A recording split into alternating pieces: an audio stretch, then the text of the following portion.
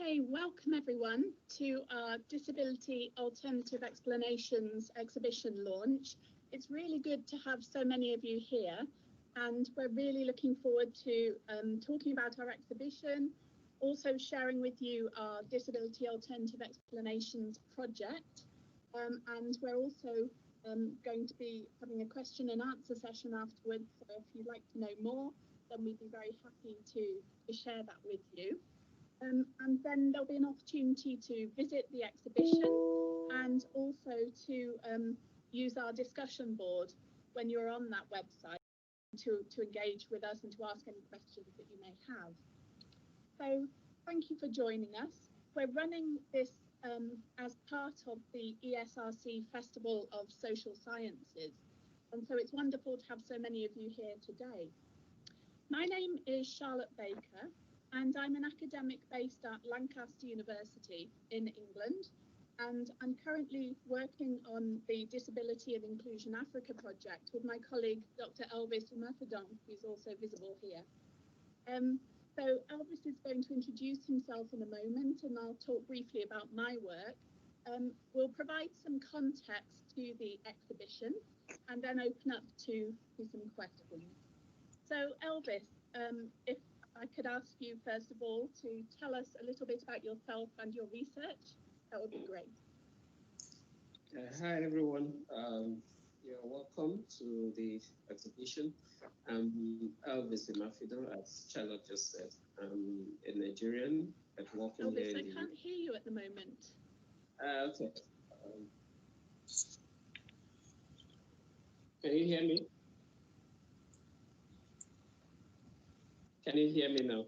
Yeah, that's great. Thank you. Okay. So I'm Elvis Imafidon. I'm a Nigerian, but I work here in the UK at SOAS, University of London.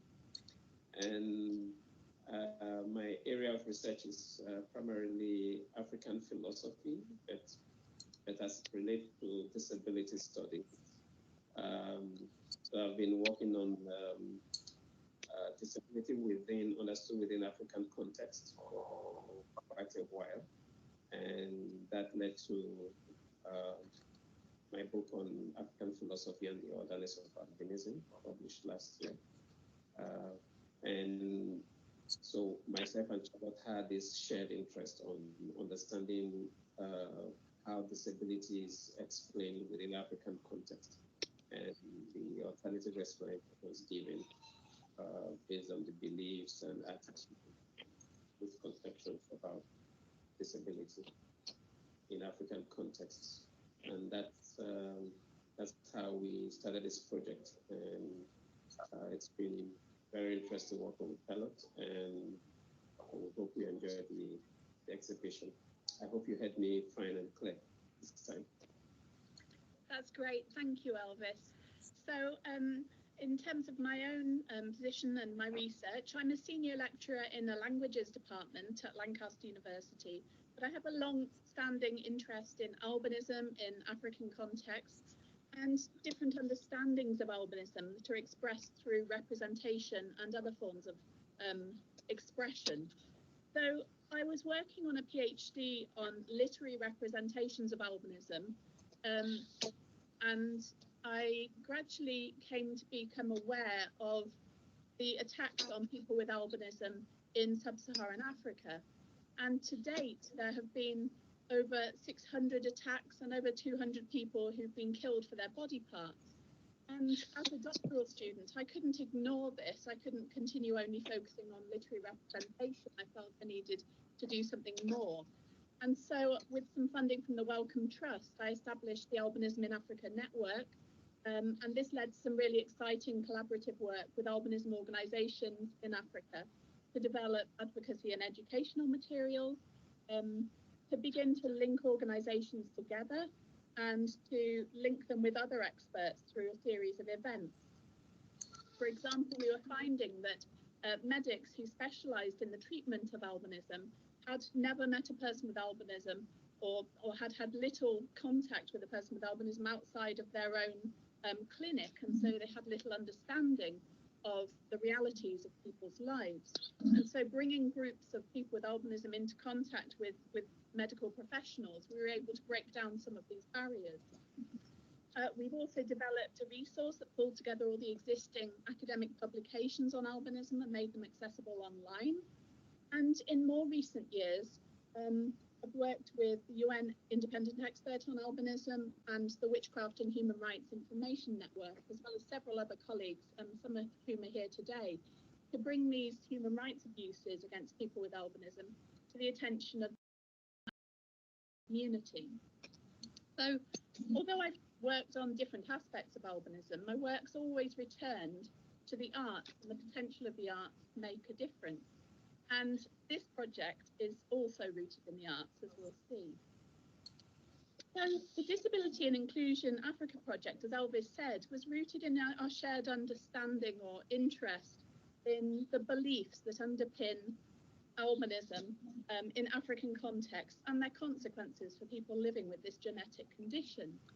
So the project offers us an opportunity to pursue some of the questions that we've been asking in our albinism research further, but also to consider disability more comparatively. It's allowing us to work with experts in related fields, not least our academic collaborators, and also the many different organisations that we'll be working with. Our project team includes academics with an interest in disability studies and the arts, who are based in universities in Cameroon, Tanzania, South Africa, and the UK. Some of them are here with us today. Professor Cobus Moolman from the University of the Western Cape in South Africa, and Dr. Imelda Samba from the Université de Yaoundé 1 in Cameroon. So with this project, through international dialogue and collaboration at a series of workshops and conferences in Nigeria, Cameroon, Tanzania, South Africa, and the UK, as well as online events such as this, collaborative research, fieldwork, and community engagement, our project is setting out to provide more nuanced understandings of disability in sub-Saharan Africa. In particular, underscoring the importance of awareness of different experiences and understandings of disability across African contexts. So Elvis, over to you.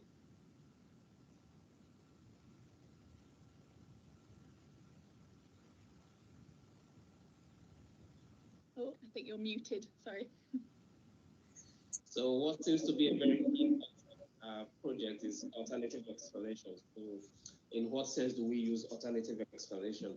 Our Disability and Inclusion African project focuses on the range of beliefs and attitudes that underpin what we have termed alternative explanations offered for disability within African context.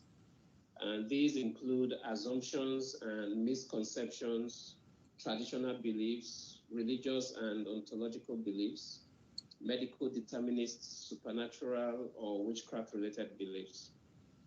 Misconceptions may lead to assumptions that a person who uses a wheelchair, for example, is not capable of making a full contribution to the life of his or her community. Or misunderstanding may lead someone to consider a person to be contagious and therefore exclude them. So these persons with disability then suffer from all sorts of social exclusion. Traditional beliefs about the causes of disability continues to be prevalent across African societies. Traditional animism, including beliefs that disabilities are punishment for bad deeds or the result of witchcraft exercised by other people, while Christian fatalism revolves around notions that disability results as an act of God's will.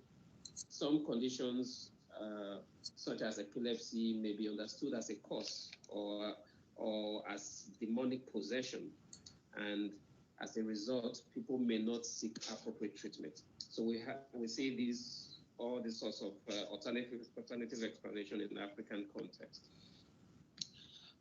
These understanding often sit alongside medical determinist belief, which accept the explanation of modern medicine as to the cause of disabilities and which treats disability as something to be ameliorated or treated. Equally, in contexts where there is no medical provisions or where it is inaccessible, people are forced to turn to alternative explanations, such as alternative treatments, such as traditional healers. While we might be tempted to separate out these different understandings, say medical from traditional explanations, individuals often combine different explanations for the causes of disability. For example, suggesting a medical explanation in addition to traditional animism. While beliefs about disability often differ based on the type of impairment, how or when the disability was acquired, and may vary locally or regionally. Their consequences, however, can be profound for people with disabilities who find themselves confronted with these various narratives within the context in which they live. And these can result in prejudice, marginalization, social exclusion, and violence, as we've seen in the case of albinism.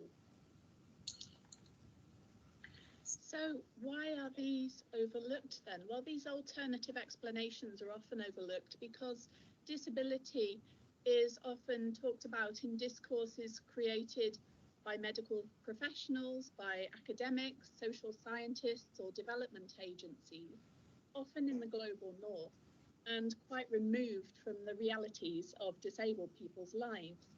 So a lack of understanding and awareness, we know, is a key factor in the stigma that people with disabilities experience, and the various explanations for disability and their consequences that can have such a profound impact on the lives of disabled people are often overlooked by those who are working in different ways to enhance inclusion.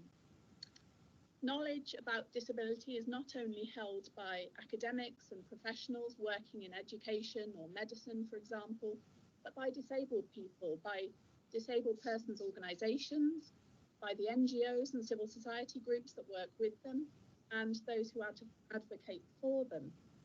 So in our project, we're very conscious of the need to work closely with disabled people, with disabled persons organisations and NGOs, to engage with local contexts and knowledge as a way of understanding and better addressing the needs of disabled people. Many of the organisations featured in our exhibition are breaking new ground in the ways in which they advocate for disabled people and educate about disability. Some focus on specific disabilities, others work in specific regions, and others still work across several countries. So these are all very different types of organisations. But many organisations, and particularly smaller Africa-based organisations, are not able to work together very easily to share expertise or good practice. And so one thing we hope to contribute with this project is establishing a Disability and Inclusion Africa network that will enhance discussion between these and other stakeholders well beyond the lifetime of this project. Yeah, and how does this contribute to international development? The Disability and Inclusion Africa project is a global challenge research project. The Global Challenge Research Fund supports projects that address issues that confront people in developing countries and aims to maximize the impact of research and innovation to improve lives and opportunities. Disability remains relatively under-prioritized in international development, with issues such as intractable poverty or access to water being prioritized. Despite growing evidence of a close and complex relationship between disability and poverty, development policy, planning, and programming has often failed to make full account of the concerns of disabled people. Following the 2006 UN Convention on the Rights of Persons with Disability and the post-2015 Sustainable Development Agenda, which promises to leave no one behind, there have been increasing calls from governments and development agencies for disability to be mainstreamed into all development planning.